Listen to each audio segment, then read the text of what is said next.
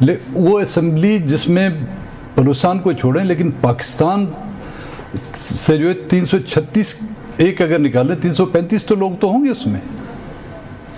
کیا ان کو بلوچستان کی احساس محرومی یا بلوچستان میں ہونے والی زیادتیاں نظر نہیں آ رہی؟ ان کو یہ نظر نہیں آ رہا کہ کیئر ٹیکر کے حکومت کے دوران یہاں پر جو بچیوں پر جو لاٹھی چارج ہوئی آپ خود اس کے چشمدید گواہ ہیں. اس پر بحث نہیں ہو سکتی. بلوچستان کے مسئلے کو کس طرح حل کون کرے گا؟ یہ پارلیمنٹیرین کرے گا، یہ پارلیمنٹ کرے گا، یہ حکومت کرے گی.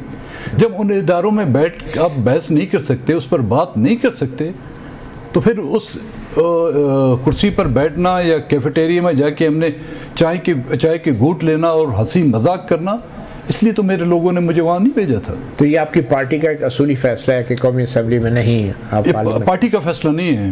میں اس کی وضاحت کرنا چاہوں کیونکہ میں نے پارٹی کو بھی اس میں اعتماد میں نہیں لیا ہے.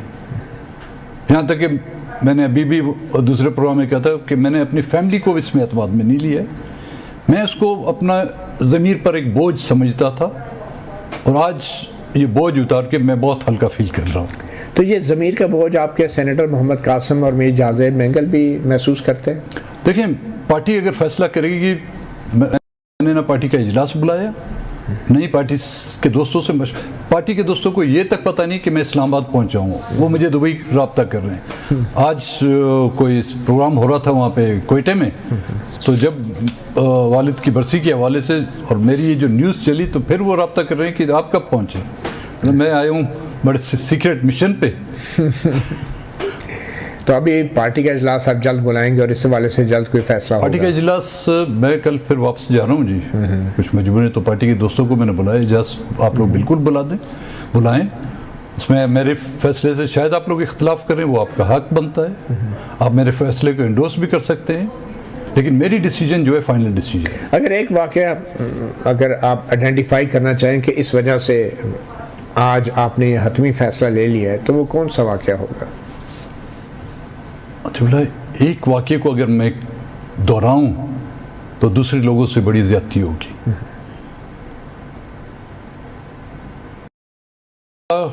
کسی مہینے کا کوئی ایک دن بتائیں جس میں ہمارے لوگوں کے خلاف پہ جو ہے زیادتیاں نہیں ہوئی ہیں. کوئی ہفتے کا کوئی ایک دن بتائیں مجھے. کیلنڈر میں کوئی ایک تاریخ اس کو مارک کریں کہ اس دن پہ یہ زیادتیاں نہیں ہوئی ہیں، تو میں بالکل آپ کو پھر اس کی تفصیل میں. کوئی ایسا دن نہیں گزرتا.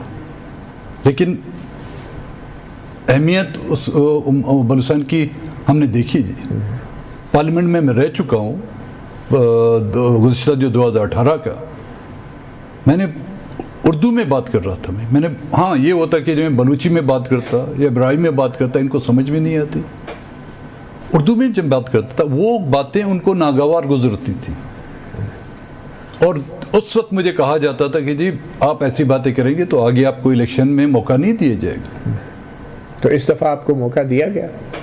دیکھیں ایسا موقع دیا کہ وہ ایسے موقع بار بار نہیں آتے. نہیں پھر بھی آپ کو لگتا ہے کہ آپ کو جتایا گیا؟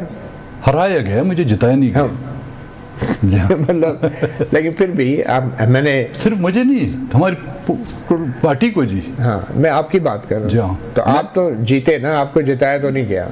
کوشش تو انہوں نے بہت کی. مارجن اتنا زیادہ تھا، 65,000 ووٹ بلوچستان کے علاقے سے لینا آسان نہیں.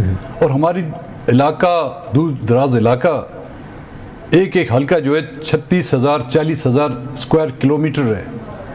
ہم دن رات ایک کر کے لوگوں کی منتیں کرتے ہیں کہ جی آپ ہمیں منتخب کر کے لائیں، آپ کے مسئلے جو ہے وہاں پر ہم زیر بحث لائیں گے. حل اپنی جگہ پر سٹیج وائز ہوتا ہے.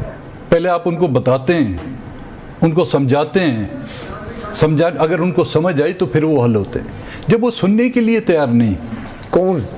ریاست، پولیٹیکل پارٹیاں. لیکن پارلیمنٹ کے اندر بطور ایم این اے کیا آپ ریاست کو سناتے ہیں یا آپ حکمران اور حکومت کو سناتے ہیں؟ یہ سب ہمارے اس ریاست کے حصے ہیں نا. میں میڈیا کو بھی سناتا ہوں، ماں سوائے چند ایک میڈیا پرسنس کی. آپ مجھے بتائیں بلوچستان کا مسئلہ کتن کو سمجھ میں آ رہا ہے؟ جن سے بھی آج پوچھیں، چاہے یہاں کے پولیٹیکل لوگ ہوں، چاہے یہاں پہ میڈیا کے لوگ ہوں، صبح سے شام تک آپ ان کے ساتھ بات کر کر کے تھک جائیں گے، پھر آخر میں بولیں گے جی بلوچستان کا مسئلہ کی ہے۔ چلیں، بہت سے لوگ ہیں جو شاید بلوچستان کے مسئلے کو نہیں سمجھ پا رہے ہیں، اگر آپ صرف 3 بڑے مسئلے بتا دیں تو وہ کیا ہوں گے عام آدمی کے لیے؟ ذرا دہرا دیں۔ عطیہ اللہ، زیادتیاں 1947 سے جو ہے نا جو خشت رکھی گئی ہے وہ ٹیڑھی رکھی گئی۔ بنیادی اینٹ جب آپ ٹیڑھی رکھیں گے تو اس عمارت کو جتنا آپ اونچا لے جائیں گے اور جتنی خوبصورتی اس میں لیں گے اس میں وہ جھکاؤ ضرور رہے گا۔ وہ اینٹ کیا ہے؟ وہ اینٹ یہ ہے کہ پہلے دن بلوچستان کی لوگوں کی منزی اور منشا کے مخالف شامل کیا گیا، ہمارے لوگوں نے کچھ نے اس کو تسلیم کیا، کئیوں نے ان کو تسلیم نہیں کیا۔ کیا شامل کیا گیا؟ پاکستان میں جب شامل کیا گیا، ہمارے جو 2 ایوان تھے انہوں نے اس کو ریجیکٹ کیا کہ یہ تو ایک تاریخی بات ہے، لیکن اس کے بعد میں بھی رہے، اور اس کے بعد ہونا تو یہ چاہیے تھا اگر جو لوگ رضامند نہیں تھے ان کے سر پر ہاتھ رکھنا چاہیے تھا۔ آج کا کیا بتانا چاہیں گے آپ؟ آج جو حالات ہیں اس کا ذمہ دار کون ہے، اور آپ اتنے بے بس کیوں نظر آتے ہیں بطور ایک بلوچ لیڈر؟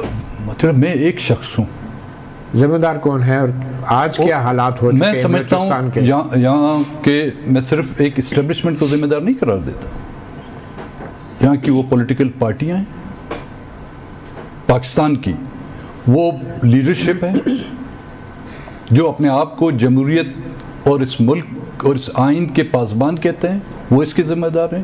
یہاں کی عدلیہ اس کی ذمہ دار ہے، یہاں کا میڈیا اس کا ذمہ دار ہے، ہر وہ شخص جس نے بلوچستان پر ہونے والی زیادتیوں پر آنکھیں بند کی ہوئی ہیں وہ اس کے ذمہ دار ہیں۔ مگر بلوچ کے سیاستدان اور لیڈران استعمال بھی تو ہوتے رہے وفاق کے حکومت گرانے کے لیے، چاہے وہ باپ پارٹی کی شکل میں ہو، چاہے آپ لوگ جب عمران خان کی حکومت میں شامل ہوئے تو آپ سمجھتے ہیں کہ آپ بھی ان میں شامل ہیں، ان ذمہ دار لوگوں میں جو اس وقت صورتحال ہے بلوچستان کی؟ دیکھیں، استعمال ہم ہوئے ہیں تو پھر استعمال ہونے کی کوئی وجوہات ہوں گی، ہمیں استعمال کیا کیوں کیا؟ کس نے کیا؟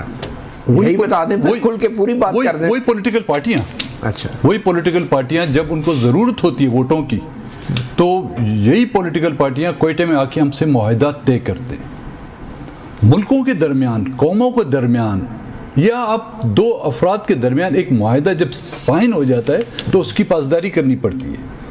ہمارے ساتھ آ کے معاہدہ طے کر لیتے ہیں جب ان کی ضرورت ہوتی ہے، جب ان کی ضرورت بائی الیکشن میں جب وہ نمبرز پورے ہو جاتے ہیں تو آنکھیں وہ بند کر لیتے ہیں۔ جب حکومت گرانے کا وقت آتا ہے تو پھر بھی وہ ہم سے معاہدہ کرتے ہیں کہ جی آپ کے مسئلے حل کریں گے۔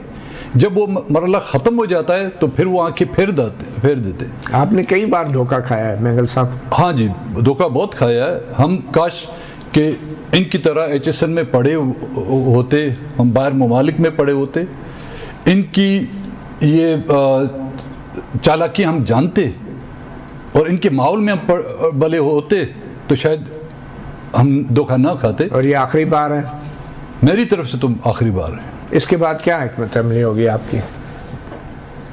عطیہ اللہ جا کے اپنے لوگوں میں بیٹھیں گے، ان کو سمجھانے کی کوشش کریں گے کہ یہ جو بھینس نہیں ہے، بیل نہیں ہے جس کے ہم سامنے ہم بین بجا رہے تھے، اس سے اسپینش بل، اس کے سامنے بین بجائے گا وہ ٹکر ہی مارے گا آپ کو، وہ ریڈ ہیرنگ۔ جا بٹ آپ کیوں سمجھتے ہیں کہ محمود خان اچکزئی جو ہیں وہ اسمبلی میں رہ کے کوئی غلطی کر رہے ہیں؟